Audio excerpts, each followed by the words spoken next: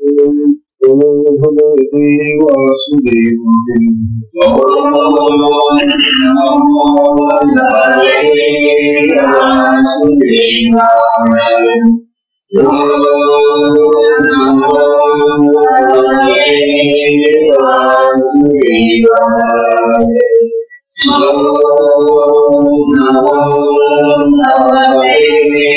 वासुदेवाय। ओम नमो भगवते वासुदेवाय। श्री सद्गुरुनाथ महाराज की जय। चिंतन श्री गुरुदेव श्री सद्गुरु संत ज्ञानेश्वर महाराज की जय।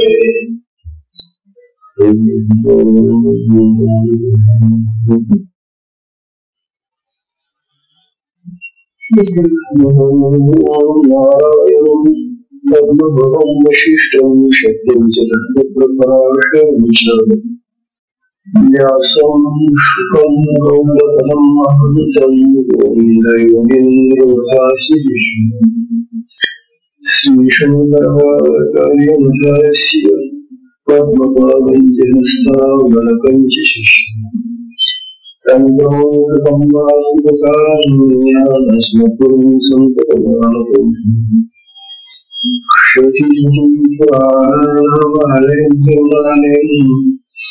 नमामि भगवत्पादं शङ्करं लोकशङ्करं शङ्कराचार्यं केशवं सत्रभष्टं वन्दे नित्यं शुद्धं निराभासं निराकरणं निरञ्जनं नित्यबोधं चिरं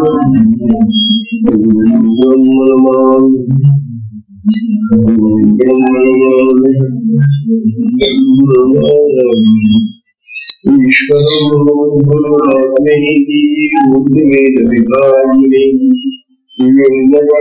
व्यक्तदेहाय दक्षिणामूर्तये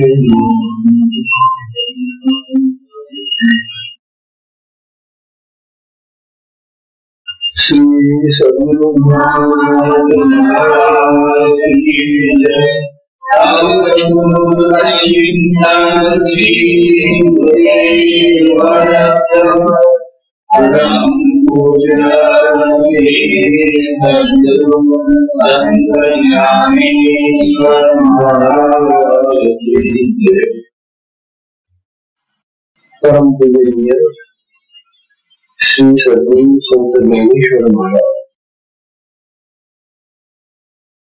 साधकांचे मायबाप बालहृदय आणि भगवान विष्णूचे अवतार असलेले ज्ञानोबा यांचा श्री अमृतानुभव कथा अनुभव अमृत नावाचा हा ग्रंथ आपण पाहत आहोत।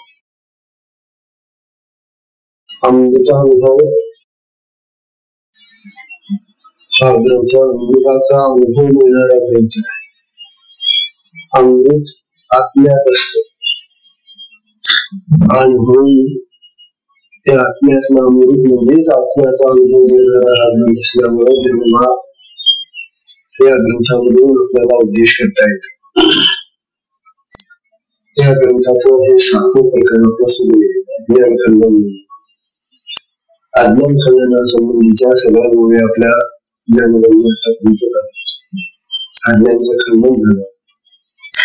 प्रथा ज्ञान आपल्याला हा आत्मा जो आपल्या देहामध्ये आहे त्या देहामध्ये असलेल्या आत्मराजाचं बाहेर असलेलं परमात्मा परब्रह्म याचं स्वरूप सांगून दिले। आत्म्याचं स्वरूप ज्ञानासारख्या भान सिद्ध आणि आत्मविषयी अशा गुरुकडून आपल्याला ऐकायला मिळतं।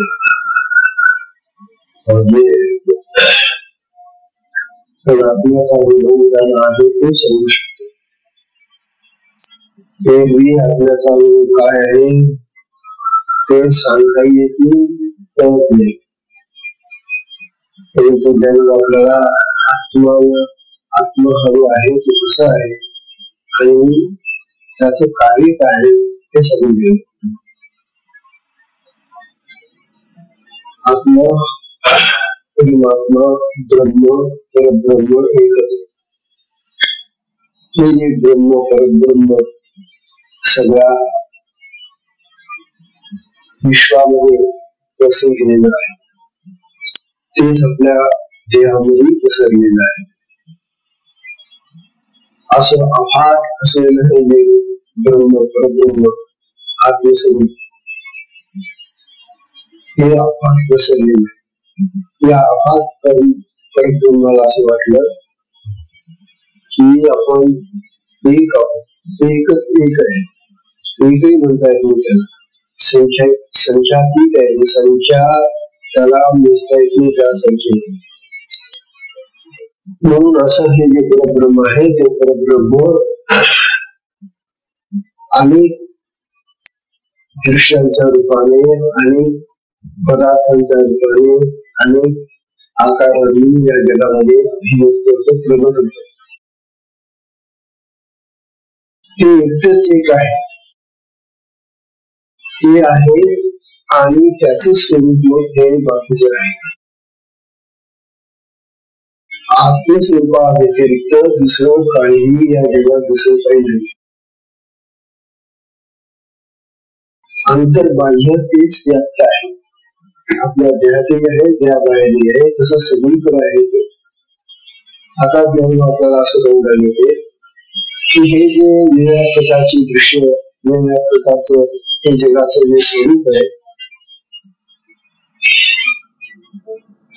हे जर परब्रह्माचं आत्म्याचं स्वरूप आहे, तर मग ते विविध म्हणजे नानात्म त्याच्यामध्ये आलेलं अनेकत्व आलं का असं लोकांना वाटतं. पण जगाकडे जर पाहिलं आपल्याला तर जगामध्ये विविधता दिसते, अनेकत्व दिसतं ना.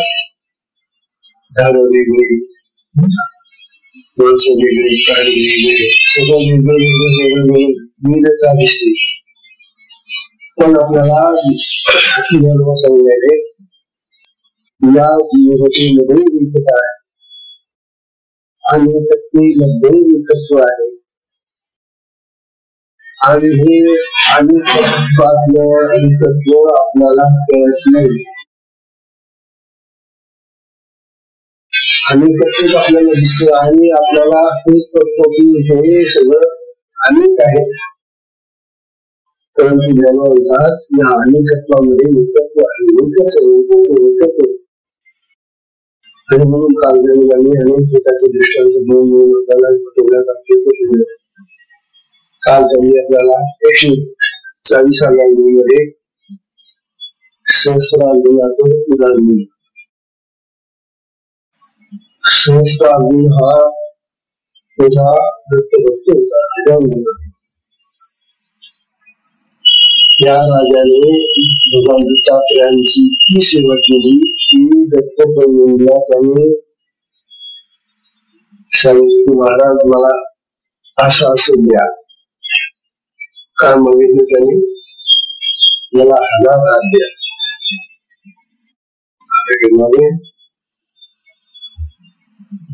काय द्यायला तरी देऊ शकतात. त्या सहस्रार्जुनाला 1000 हात घेतले.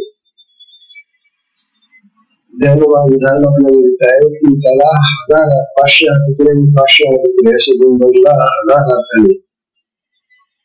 आणि मग त्याचा देह मध्ये आहेच. या 1000 हातांमध्ये आणि त्याच्या देहामध्ये काही भिन्नता आली का हो? वेगळेपणा आले का? दोन झाले का ते? वेगळे. कारण राजा म्हणून एकच आहे ना, तो 200 एकच आहे ना. 1000 हात असेल त्याला, परंतु त्या 1000 हातांनी त्याचं एकत्व बनवलं नाही. त्याचा एकपणा नैसा झाला नाही, तो एकच राहिला. राजा एकच होता. तस या विश्वामध्ये जे चैतन्य पसरलेलं आहे हे आत्मचैतन्य ब्रह्मचैतन्य जे पसरलेलं आहे ते विविध रूपांनी नटलेलं आहे. ते जरी विविध रूपांनी नटलेलं अनेक आकारांनी दिसेल परंतु त्याच्यामधलं एकत्व भंग पावत गेले ते एकरूप आहे. सांगण्याचा मुद्दा असा की आत्मा किंवा परमात्मा अखंड एक रूपच राहतो. त्याच्यामध्ये फरक होत नाही. तो अनेक रूप घेतो, अनेक दृश्य दाखवतो, अनेक प्रकार करतो, परंतु त्याच्यातलं एकत्व भंग होत नाही हे सांगायचे तात्पर्य. आणि त्याची उदाहरण द्यायला त्यानंतर 141 मध्ये बघा आहे. या 141 मध्ये ज्ञान होत आहे संकटाची ओझा शब्द स्वरूप नसल्यामुळे कदाचित दृष्टांत संकटाची ओझा फसवणुका बहुपूजा तरी तातुरी तुझा भाव आहे.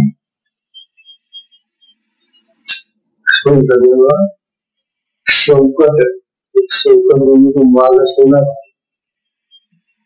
कपडे घेण्याचा माग असतो ना, त्याच्यावर असे धागे लावलेले असतात. त्या संकटावर अनेक धागे दिसतात, तंतू दिसतात. संकटाची ओझा फसवणूक का बहुपूजा. बहु म्हणजे पुष्कळ, पूजा म्हणजे तंतू. त्या मागावर अनेक तंतू पसरलेले दिसतात म्हणजे धागे दिसतात. तरी तात्पुरी दिला आहे भाव, परंतु त्या सगळ्या तंतूचं जे वस्त्र तयार होतं ते वस्त्र विकत असते. म्हणून तंतू भिन्न आहे, काही हिरवे आहेत, काही आले आणि त्यापासून होणारे जे कापड आहे, कपडा आहे, वस्त्र आहे, हे वस्त्र एकच आहे. आता आपली पान आहे, वस्त्रामध्ये एकत्व आहे, तंतू भिन्न आहे, आगे काही तसे धागे, परंतु या धाग्यांनी मिळालेलं एक वस्त्र जे पाहिलं आपण हे वस्त्र दिसत एकच एक राहत. तसंच म्हणून आपल्याला या उदाहरणावरून सांगतात की हे जे ब्रह्मचैतन्य आहे, आत्मचैतन्य आहे, ते एकच आहे. ते विविध रूपांनी नसतं, अनेक रूप धारण करतं. विविधता पाहतो आपण, अनेकत्व पाहतो, परंतु या अनेकत्वामध्ये एकत्व आहे, एकच एक आहे. हा भाव जर आपण चांगल्या मनाने ठसला ना तर आपण आपल्या डोक्यामध्ये असलेले हे या देवाकडे त्या देवाकडे त्या देवाला त्या गुरुला या गुरुला ही आपली चाललेली थांबून गेली. त्या सगळ्या एकच तत्व भरलेले, सगळ्या देवांमध्ये ते एकच परब्रह्म आहे. नाव भिन्न होतो आणि नाव तर भिन्न राहणार. आता जसं आता आपलं आपण सगळी माणसं दिसले, आपली नावं भिन्न आहेत, आपले आकार भिन्न आहेत, आपले रूप भिन्न आहेत, देह भिन्न आहेत. भिन्नता ही वर आहे, परंतु अंतरंगामध्ये असलेला जो आत्मराज आहे तो एकच एक आहे. माझा आत्मा वेगळा, तुमचा वेगळा, यांचा वेगळा असं नाही. मुलाची पद्धत करून गेली त्याला काय करणार. वास्तविक आत्मा भिन्न नाही, देह भिन्न आहे. देहाची ही गोष्टी रूप भिन्न आहे, परंतु हे जे आत्मतत्व आहे ते सगळ्यांमध्ये एकच एक आहे. आणि जर एकच एक आत्मतत्व असलं तर मग तो कुणाचा शत्रू, कोण कुणाचा मित्र. हा जो द्वैतातला भाव आहे, तो द्वैताचा भाव आल्यामुळे जगामध्ये भांडण होता, लढाया होता, द्वेष होतो, नाना प्रकार होता. परंतु जर एकत्वाची भावना केली आपल्याला की अरे माझा आत्मा आणि तुझा आत्मा एकच आहे, आपण सगळे एकच आत्म्यामध्ये आहोत, हे जर कळलं तर कधी आपल्या डोक्यामध्ये एकमेकांचा द्वेष येणार नाही, निंदा येणार नाही, आणि आपण सगळे गुन्हे घेऊन झाले, आपण सगळे घेऊन आपण एक आहोत. हा भाव जो निर्माण झाला तर सर्व निर्माण होतो. आणि हा भाव जर तिथला आम्ही वेगवेगळे आहोत, आम्ही भिन्न आहोत, तो वेगळ्या जातीचा, मी वेगळ्या जातीचा, तो असा मी असा, अशा प्रकारचा द्वैत भाव निर्माण झाला नाही झाला, मग तो जो त्या द्वैतातला तो नष्ट जातो आणि द्वैतामध्ये राग, द्वेष, निंदा, निर्माण आणि दुःख निर्माण. द्वैतामुळे दुःख निर्माण होतात, अद्वैतामुळे सुख प्राप्त होतो. लक्षात घ्या, आपण जर एक आहोत असं म्हटलं ना, हा आनंद वाटतो. आणि जर आपल्यामध्ये वेगवेगळेपणा आपण म्हणायला लागलो तर दुःख निर्माण होतं. तेव्हा हा मागाचा दृष्टांत बरोबर निघाला. ते मागावर असलेले ते पंथी वेगवेगळे असतात, परंतु त्यातून जेव्हा आम्ही करता म्हणतो तेव्हा तो आपला एक रूप प्राप्त होतो. 142 येते. 142 मध्ये गुलाबजामुला आपल्याला तो तसा दृष्टांत देत आहे. तोडीवरील शब्दांचा तोडीवरील शब्दांचा मेळावा धरी वाचेचा. तोडीवरील शब्दांचा मेळावा धरी वाचेचा. निमला तरी वाचा मात्र की धनुष्यमाला समजणे. अहो आपल्या वाणीमध्ये म्हणजे बोलताना तुला वाणी म्हणतात, भाषा. ही भाषा, ही वाणी आपण तोंडाने बोलतो, तिच्याने अनेक शब्द बोलत असतात. वाणी जेव्हा प्रगट होते तेव्हा ती प्रगट होणारी वाणी अनेक शब्दांना निर्माण करते. आपण कितीतरी शब्द बोलत होतो. आपण मोजलेले सकाळपासून उठल्यापासून झोपेपर्यंत आपलं तोंड चालू जातं. आपण किती शब्द बोलून जात असू मोठे सगळ्यांनी करू. किंवा आम्ही आज 1 लाख शब्द बोललो, किंवा 2 लाख शब्द बोललो. हे जे असे शब्द बराबर तयार होतात आणि त्या माणून बोलत होतात ते शब्द. वाणीचं एकच आहे, शब्द बोलणं. अनेक प्रकारचे शब्द आणि ते शब्द सुद्धा भिन्न प्रकारचे, साधे नसले शब्द, भिन्न भिन्न अर्थाचे, भिन्न भिन्न असे गोष्ट, काही नाना प्रकारचे त्या शब्दांना काय म्हणून त्याला म्हणतात, नाना प्रकारच्या शब्दांना भिन्न भिन्न आकारे, भिन्न भिन्न असे ते दिसतात. असे जे नाना प्रकारचे शब्द आहेत ते शब्द एकाच वाणीचे आहेत, एकाच वाणीची प्रगत होतात. ही वाणी एकच आहे आणि शब्द भिन्न आहे. त्याप्रमाणे तो आत्मा एक आहे आणि त्या आत्म्याने धारण केलेलं हे जगाचं जे रूप आहे ते भिन्न भिन्न आहे. एकच आत्मस्वरूप, एकच आत्मचैतन्य विविध अशा आकारांनी नटलेला आहे.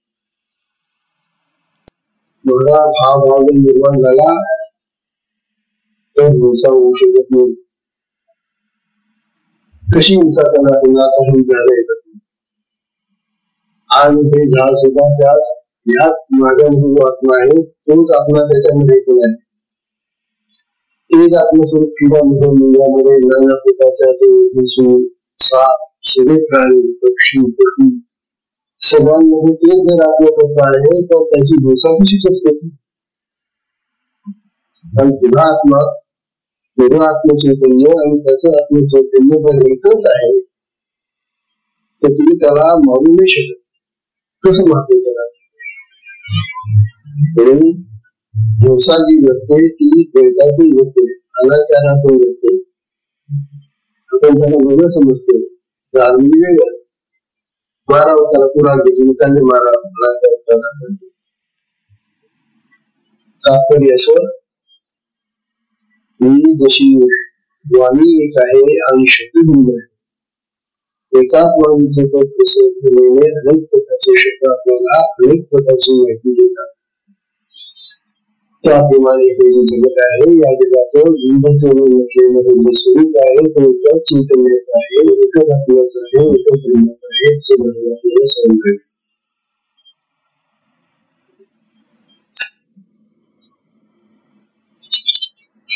त्याचा दृष्टांत देतात म्हणून 139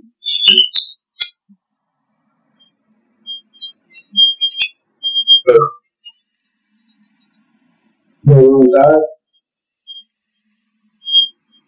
तैसे दृश्याचे दाखले, तैसे दृश्याचे दाखले, नाना दृष्टीचे मुमाळे, उठती लेखा वेगळे दृष्टत्वेची. आपल्याला असे समजले, या आपल्या दृष्टीला, डोळ्यातून आपण जे पाहतो ना त्याला दृष्टी म्हणतात.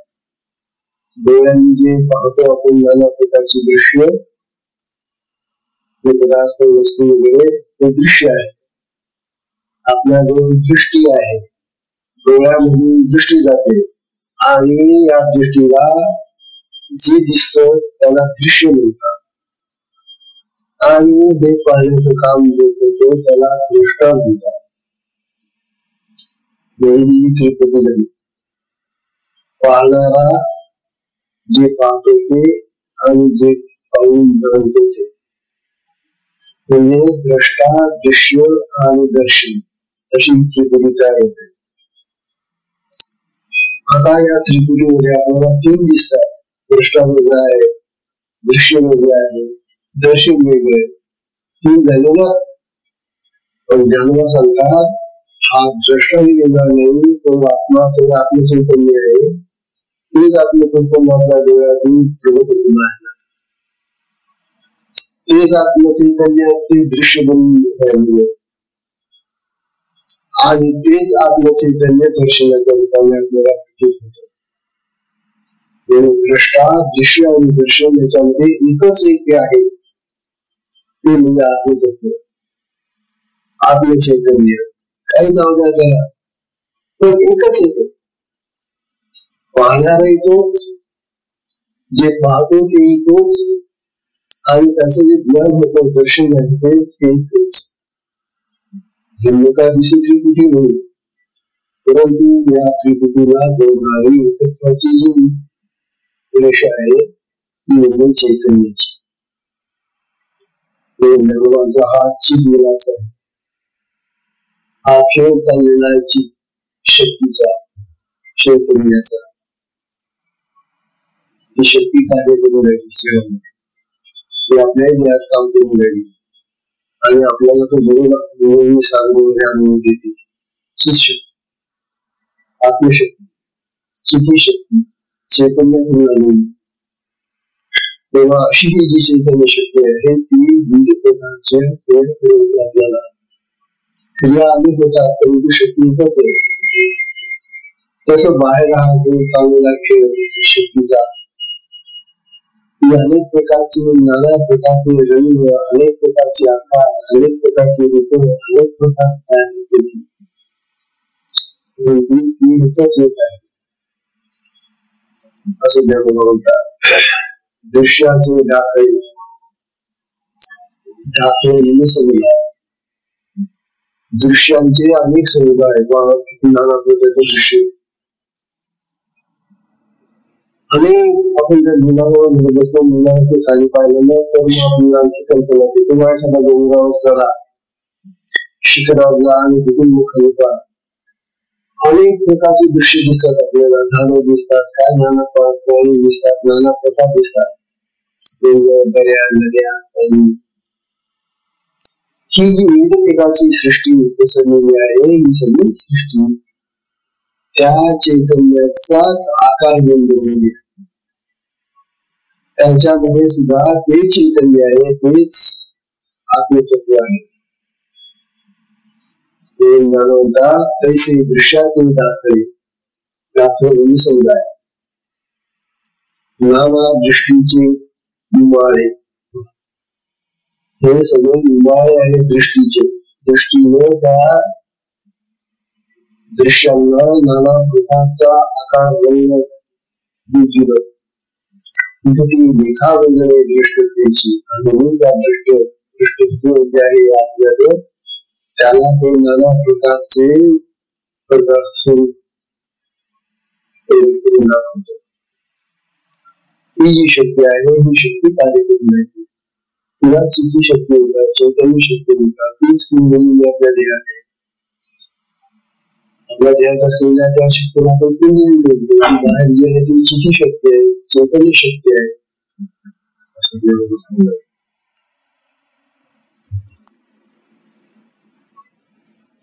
आपल्याला दृश्य, दर्शन आणि दृष्टा यांच्या संबंधी जसं एकत्व आहे ते होईल. तुझा अगदी सोपा दृष्टांत आहे.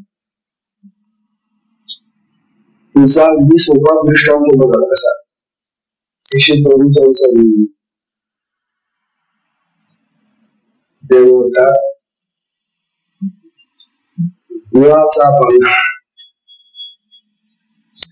गुळाचा पांढरा फुटल्या मोडीचा धांगा. गुळाचा पांढरा फुटल्या मोडीचा धांगा. झाला तरी विसुधाळ गोळच पितो. झाला तरी विसुधाळ गोळच पितो. अगदी सोपा दृष्टांत आहे. म्हणतात हे गुळ बनवणारे जे होतात ना, ते जेव्हा गुळ तयार होतो त्यावेळेला त्याचा ढेपा बनवतात, गुळ बनवतात. ठेप असतो ना, ठेपच म्हणतात ना, बेली गुळाच्या बेल्या बनवतात.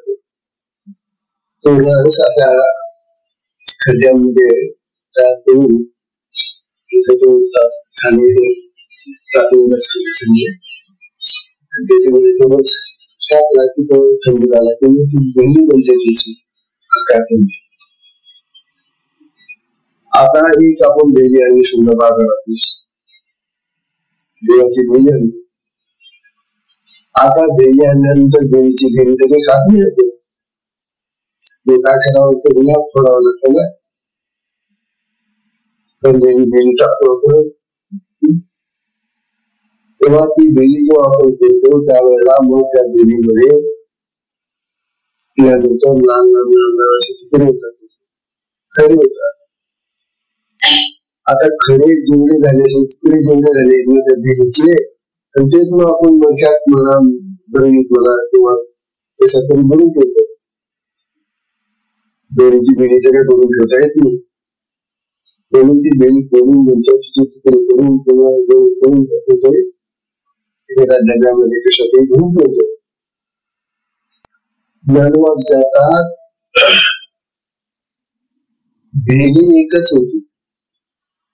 जेव्हा आपण बाजारामध्ये आणली तेव्हा भेली म्हणून एकच आणली ना, भेलीच आणली.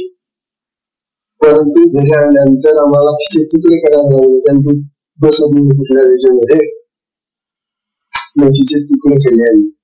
मग आता हे जे तुकडे बनलेचे हे तुकडे आणि ती जी पहिली देवी होती यांच्यामध्ये काय करूया. देवीला ते तिचेच तुकडे आहेत. देवी तीच आहे, रंग तोच आहे, फक्त आकार बदलला. देवीचा आकार मोठा असतो आणि जे तुकडे केलेले ते लहान लहान दिसतात. आकार मोठा आहे परंतु देवीच्या रूपाने तीच भेली आहे, तोच रंग आहे, तोच गुळ आहे, नाव तेच.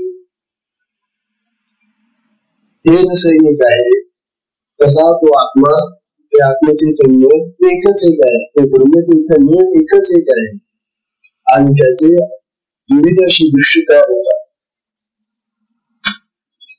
नाना प्रकारची दृश्य, नाना प्रकारचे पदार्थ, नाना प्रकारचे आकार, नाना प्रकारचे रूप त्याच्यामध्ये तयार होतात. ते एकाच पदार्थातून त्या चैतन्यापासूनच तयार होतात. म्हणून चैतन्य एक आहे, त्याच्यामध्ये एकत्व आहे असे त्यांनी आपल्याला सांगितलं. तेव्हा परमात्मा स्वरूपाने सगळे आपण एक आहोत हा भाव नेहमी जर लक्षात राहिला तर आपले वर्तन फार बदलून जाईल. आपल्या वर्तनामध्ये बदल होण्यासाठी हा एकत्वाचा भाव निर्माण झाला पाहिजे की आपण सगळे परमात्म्याच्या दृष्टीने एकच आहोत, एकच आहोत. तेच आत्मतत्व, तेच चैतन्य आमच्या देहात आहे, ते सगळीकडे पसरलेले आहे आणि त्या आत्मतत्वाच्या चैतन्याच्या स्वरूपामध्ये आम्ही सगळे एक आहोत. आकार भिन्न आहे, तरंग भिन्न आहे, नाव भिन्न आहे. 145 सर्व येते जेव्हा सांगतात तैसे हे दृश्य देखो, त्याप्रमाणे दृश्य पहा. तैसे हे दृश्य देखो की बहू होऊन पाहतो. जे दृश्य आहे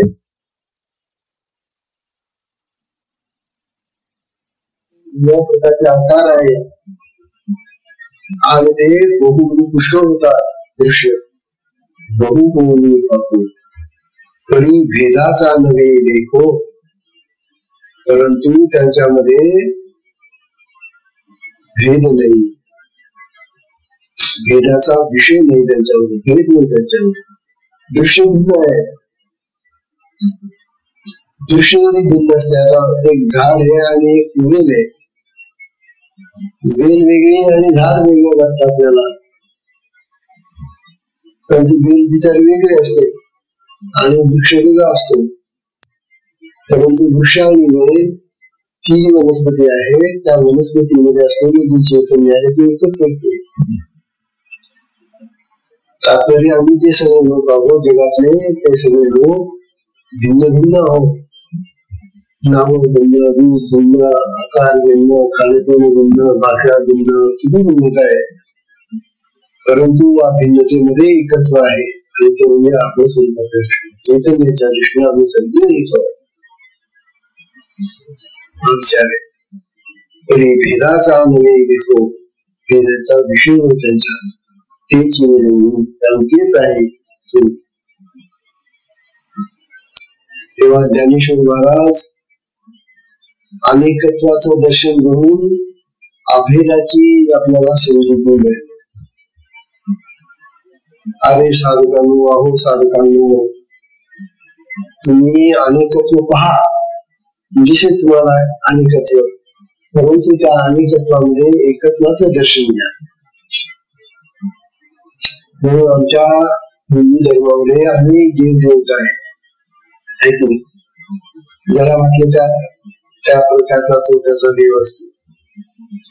नाना प्रकारच्या देव आणि देवता आमच्यामध्ये आहेत आणि भिन्न भिन्न तो सगळ्या, परंतु या भिन्नतेमध्ये ते जे चैतन्य, जे आपले चैतन्य आहे ते एकच आहे. ते जे ब्रह्मस्वरूप आहे ते एकच आहे. आणि देवाची नावं भिन्न असली, देव भिन्न असले, तीर्थ भिन्न असले, सगळं काही भिन्न आहे, परंतु त्या ठिकाणी सगळ्या भिन्नतेमध्ये एकत्व एकच एक आहे. हा भाव आमचा असला पाहिजे. म्हणून विठोबाचं दर्शन घेताना आम्ही आमच्या देवाचं जो कोणता आपला देव असेल त्याचं दर्शन घेतोय. रामाचं दर्शन घेताना आम्ही त्याच आमच्या देवाचं दर्शन घेतोय. दुसऱ्या गुरुचं दर्शन घेत असताना आम्ही आमच्या गुरुचं दर्शन घेतो. हा एकत्वाचा भाव आहे. हा एकत्वाचा भाव कळत नाही लोकांना, म्हणून काय करतात, हा वेगळा गुरु, तो वेगळा देव, ही वेगळी देवता, आणि मग लढा होता, भांडे होतात, देश होतो, नाना प्रकारने पुन्हा देव मुलांना देश होता. हे असं कशाला पाहिजे? देव काही असे लहान मोठे होत नाही नसते. ते एकच ब्रह्म चैतन्य आहे, त्याच्यामधून ते सगळं निर्माण झालेले आहे. म्हणून देवांच्या बाबतीमध्ये सुद्धा आमच्याकडे जे भांडण करतात, तंड करतात, कोणी शिव भक्त असतात तर कोणी विष्णू भक्त असतात आणि त्यांच्यामुळे मारामारी त्यांची भांडण. तो ज्याला नाव ठेवतो ना त्याला नाव ठेवतो. काय राहिलं देवत्व? देवत्व राहिलं ते. अरे तुम्ही त्या ब्रह्मचैतन्याला ओळखा, तसं ते ओळखा तुम्ही. अशा प्रकारचा हा प्रकार आहे. म्हणून आपल्याला ही समजून देत आहे. ऐसे दृश्य देखो की बहु कोणी पाको, तरी भेदाचा नव्हे दिसो तोच येऊन. हा उपदेश केलेला आहे. पुन्हा की ते 146वी येते बघा. ज्ञान आपल्याला सांगणारे हा अमृतानुभव नावाचा ग्रंथ तुम्ही आता ऐकतात ना, हा तुम्हाला अभेद दर्शनाचं शिक्षण देणारा ग्रंथ. या ग्रंथामधून जर तुम्ही अभेदाचं शिक्षण घेतलं नाही, एकत्वाचं शिक्षण घेतलं नाही, तर तुमचं ऐकलं फुकट गेलं. तुम्ही कशासाठी ऐकाय? तुमच्यामध्ये जर एकत्व येत नाही, एक भावना येत नाही, एक एकत्व येत नाही, तर म्हणून अमृतानुभव ऐकणाऱ्या साधकांनी तरी निदान एकत्वाची भावना घेत असली पाहिजे, बाळगली पाहिजे, असे बोलले. 146मध्ये ते पुन्हा सांगतात, त्या आत्मयाच्या भाखा, त्या आत्मयाच्या भाखा न पडेची दुसरी रेखा, जरी विश्वा अशेखा भरला आहे, जरी विश्वा अशेखा भरला आहे, तशी सोपी आता येईल, पण आशेखा गंभीर आहे.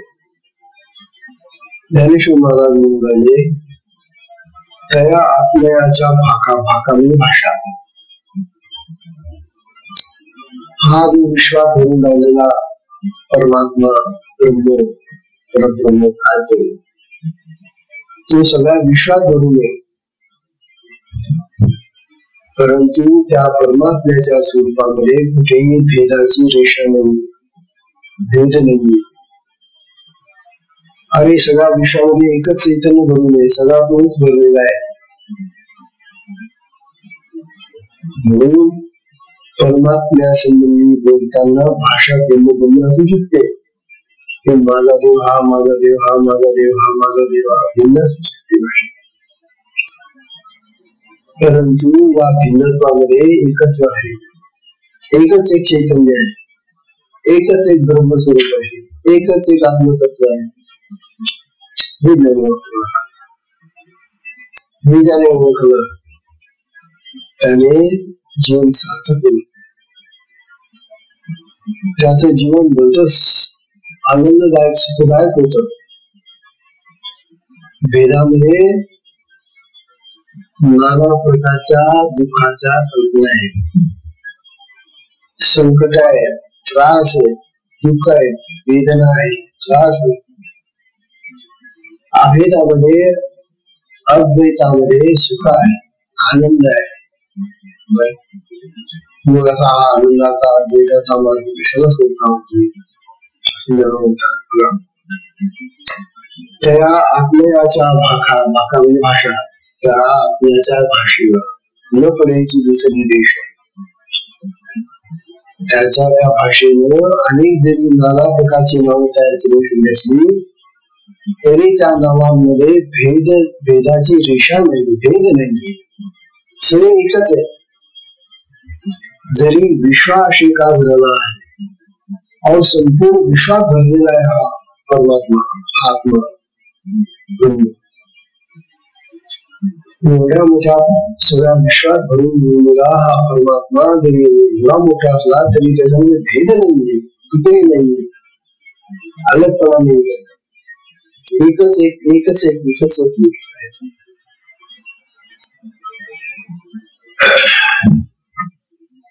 आणि म्हणून त्याला विश्वंभर असं नाव देतं. विश्वंभर म्हणजे काय? विश्वामध्ये भरून तो किती भरलेला माहिती का तुम्हाला विश्वामध्ये? आता ही विश्व तेवढं अफाट आहे. या विश्वामध्ये हे जे सूर्यचंद्र वगैरे दिसेल आपल्याला, असे असंख्य ग्रह तारे आहेत आणखी कोट्यावधी, जे आपल्याला पाहायला मिळत नाही. त्यांचे प्रकाशाला कित्येक हजार वर्ष लागतात. इतके लांब येते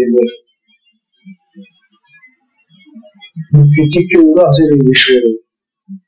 या प्रचंड अशा विश्वामध्ये हे आपलं तत्व किंवा हे ब्रह्म किंवा चैतन्य भरून राहिलेले आणि ते एकच एक आहे. जरी विश्व अशी का भरला आहे, तरी संपूर्ण विश्वामध्ये तो पूर्णपणे एकच एक भरला. शेष म्हणजे याला शेष म्हणजे शिल्लकच नाही, संपूर्ण भरलेला आहे. कुठे खाली जागा नाही. सगळीकडे काष्टी गणी जैन स्थळी काष्टी पाषाणी सगळा तोच बनलेला आहे. असा हा जो परमात्मा आहे, असा जो हा चैतन्याचा विनाश आहे, तो एकच एक आहे, परंतु भेद ठेवले सगळ्यांना म्हणतात. तेव्हा तो आत्मा सच्चित आनंद संबसलेला हा आत्मा आपल्याला शब्द दिले. सत वेगळा वाटतो, चित वेगळा वाटतो, आनंद वेगळा वाटतो, परंतु हे तिन्ही जे आत्म्याचे गुणधर्म आहे, त्यामुळे आत्मा भिन्न होत नाही.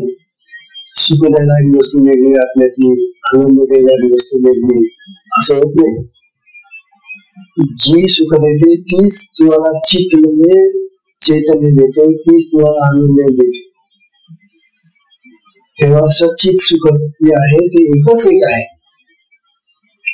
अशा प्रकारे आपल्याला त्या ठिकाणी सांगतात, त्यात कोणता भेद नाही, भेद संभवतच नाही, भेद होणारच नाही. तू भेद करायला गेला तरी त्याचे तू भेद करता येत नाही.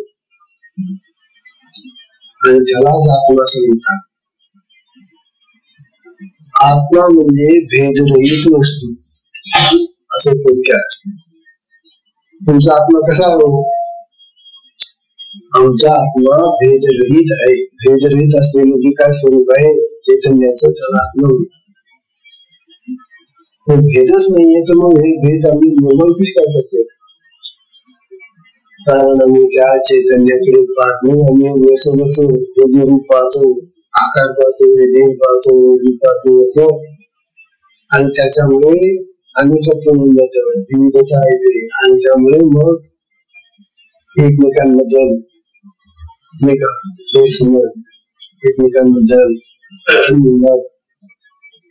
नाना प्रकार घडतात. घेऊन जाणवतात, त्याला आत्मा म्हणतात. ज्याच्यामध्ये भेद नाही. काय सुंदर आता दृष्टांत आहे, त्याला दृष्टांत देतात. म्हणजे सगळे दृष्टांत पहा, काय भिन्न भिन्न अशा प्रकारचे दृष्टांत आहेत. किती लहान वयामध्ये ज्ञानवांना हे दृष्टांत सुचत आहेत आणि ते आत्म्याचं स्वरूप दाखवण्यासाठी ते दृष्टांत देत आहेत. हे बघा आता हा दृष्टांत कसा आहे. 147 मध्ये ज्ञानवाला म्हणतात, दुबंधा क्षीरोदकी, दुबंधा क्षीरोदकी, वाणे परी अनेकी, वाणे परी अनेकी, दिसती तरी तितुकी सुते आठी, दिसती तरी तितुकी सुते आठी. तर शब्द जे आहेत ते तुम्हाला मला कळणारे शब्द नाही आहेत, आपले स्पर्शी आपले, परंतु आज आपण हे शब्द वापरत नाही. आता हा दुबंधा शब्द पहा. दुबंधा, दु म्हणजे दोन, बंद म्हणजे बांधलेले, दुबंधा म्हणजे दोन्ही बांधलेले. दुबंधा म्हणजे काय बाबा? दोन. दोन पुष्कळ गोष्टी येतात. दोन दोन दोन दोन दोन. आता गंगा यमुना दोन येणार, एखाद्या बाईचं पातळ असलं, तिचं अर्ध पातळ वेगळ्या रंगाचं असतं आणि अर्ध पातळ वेगळ्या रंगाचं असतं. बाया म्हणतात बघा, तिने दुगंधा नेसली, दुगंधा साडी नेसली, तिने गंगा यमुना साडी नेसली. अरे गंगा यमुना साडी म्हणजे काय सांगतो, गंगा यमुना उघडलेली होती. ते त्या साडीतले जे रंग आहेत ते भिन्न आहेत, पण साडी म्हणजे एकच नाव. साडीचे रंग भिन्न आहेत. गंगा यमुना, दुगंधा, क्षीरोदकी. आता क्षीरोदकी शब्द घ्या. क्षीर म्हणजे दूध, क्षीरोदक म्हणजे दूध. आता दुधाचा रंग कसा असतो, पांढरा. जी काही पांढरी साडी नेसते त्याला म्हणतात क्षीरोदकी साडी. कशी साडी ही क्षीरोदकी म्हणजे का, पांढऱ्या दुधासारखी. दुधी रंगाची साडी नेसली जाईल तर क्षीरोदकी हा शब्द. किंवा दुसरा शब्द दुगंधा म्हणजे गंगा यमुना. आता हे जे शब्द आहेत वापरला ते विविध पद्धतीने वापरले गेले शब्द आहेत. आता तिला ती दुगंधा म्हणा नाही तर क्षीरोदकी म्हणा साडी, कोणताही रंग घ्या, पण वस्त्र तर एकच आहे ना, रंग भिन्न येतो. आता पुष्कळ रंगाच्या साड्या निघालेल्या, इतके रंग असताना साड्यामध्ये मोजता येणार नाही. मग असे विविध प्रकारचे रंगवलेले हे जे धागे आहेत ते धागे त्या साडीमध्ये मिळतात आणि ती साडी अनेक रंगाची जरी झाली तरी साडी म्हणून एकच गोष्ट आहे ना. रंग भिन्न असतील, तंतू भिन्न आहे, धागे भिन्न आहे, परंतु वस्त्र एकच आहे. त्याप्रमाणे हे चैतन्य भिन्न भिन्न असं निर्माण होतं जगाचं. आणि ह्या जगाच्या भिन्नतेमध्ये आपल्याला असं वाटतं की हे सगळं भिन्न भिन्न वेगवेगळे, परंतु त्यातलं जे चैतन्य आहे ते वस्त्र आहे ते एकच एक आहे. हा चैतन्याचा विलास आहे, हा ज्ञानोबाचा चित विलास आहे. ज्ञानोबा चित विलासी आहे. ज्ञानोबाचा हा स्वतंत्र हा शब्द चित विलास. यापुढे चित विलास करून वापरलेला नाही. चित विलास म्हणजे या चितीचा विलास कसा आहे पाहणं, काय केलं तेव्हा ज्ञानोबांनी त्या साडीचं उदाहरण दिलं रंगाचे. वस्त्र एकच आहे परंतु रंग भिन्न आहे, म्हणून त्या वस्त्राला आपण अनेक रंगाचे वस्त्र म्हणतो. आता 148 आणि 149 दोन ओळ्या, या दोन्ही ओळ्यांमध्ये तशीच दृष्टांत आलेले पाहणार. वातयाची मिठी मुखलता दिशी, अवधियाची सृष्टी पाहिजे जरी, अवधियाची दृष्टी जरी पाहिजे. काय म्हणतात, वातयाची मिठी मुखलता दिशी, डोळ्याच्या पापण्या जर आपण उघडल्या नाही, आपल्या डोळ्याच्या पापण्या मिटून जाताना आता झोपल्या की झोपल्या त्या चला बंद करावं लागतं का, चला हो यांचे डोळे बंद करायला यांना झोप लागून द्यायला. एकच एक काही बंद करायला तर जसं पेटी बंद करा तसे हे डोळ्याच्या ज्या पापण्या आहेत ना, या पापण्या कोणी बंद करायला येत नाही आपल्याला, ते आपोआप बंद होऊन जातात. झोपाली की आपोआप बंद होते की कोण करताय असं बंद उघडतं, पुन्हा झोप गेली की पुन्हा उघडतं. पुन्हा हे जे उघड आपल्या डोळ्यांची दोन क्रिया झाल्या ना, बंद करणं उघडणं. ते उघडझाप अशी जी डोळ्यांची आहे आणि मग ते उघडले की दृष्टी येते आणि बंद झाले की दृष्टी बंद होऊन जाते. चमत्कार देवाने आपल्या डोळ्यांना सुद्धा खरंच भगवंताची मेळ आहे. तो आत्मराज काय करते कळू देत नाही आणखी. तुमचे डोळे बंद करताना त्याला काही त्रास होतो का, आपल्याला काही त्रास होतो का, मी बघतो त्याला तसे नकळत बनवून जातात आणि नकळत उघडून जातात आणि उघडल्याबरोबर दिसायला लागून जातो पुन्हा बंद झाला की बनवून जातात दृष्टी दिसत नाही अंधार हा जो खेळ आहे हा सगळा त्या चैतन्याचा खेळ आपल्यामध्ये ते चैतन्य आहे ना आत्म्याचं ती शक्ती चालत ते सगळं ती उघडते ती बंद करते डोळे बघा ना पाहते अशी मिठी मुकलता आधीची अवघ्याची सृष्टी पाळली गेली तेव्हा सगळी सृष्टी त्या दृष्टीमध्ये बंद होऊन दिसते किंवा त्या आपल्या बंद झाल्या ती दृष्टी गेली की सगळं सृष्टी बंद काय चमत्कार झाला आणि तीच पापडी उघडली की दृष्टी आली की सृष्टी दिसते अरे वा तात्पर्य असं की हे सगळे करणारे ती आपली शक्ती आहे ती चेतना आहे ते चैतन्य आहे त्याच्यामध्ये मेलेल्या माणसाचे डोळे उघडतं का एखादा मेलेला मनुष्य असला ना ते त्याचे डोळे ताळून पाहतात ते डोळे आहेत तिथं पण त्याच्या पापल्या त्याच्या ज्या मिटल्या त्या आता मिटूनच जातात त्या उघडतच नाही मग त्याला दृष्टिकोन आहे तात्पर्य असं की तो आत्मा अभिवंत आहे त्याचे जे चैतन्य आहे ती शक्ती आहे तो पवित्र हे दोन लोकात असा दृष्टांत 148 सर्व दिलेला आहे उद्याला आपण दृष्टांत पाहू असे सिंगाचा वेळ संपलेला आहे बाहेर गर्दीपासून छान झालं जेवण आणलेला आहे बरं झालं थंड हवामान आता लोक जास्त ऐकायला येतील थंड हवा झाल्यामुळे पण काय गंमत आहे पाऊस आला तरी त्याला देतात आणि ऊन पडलं तरी त्याला देतात आणि हे ऐकावं आता जास्त पाऊस असला तर आपण बंदच करू पण ऐकलं पाहिजे ऐकल्याने तुमचाच फायदा आहे सांगितलं तुमच्याकडे काही मागतो तर काही द्यावं मग ऐका तिकीट घ्यायला अरे किती फुटाचं मूठ आहे आणि फुटाचे म्हणूनच ते त्याची किंमत नाही खरं हे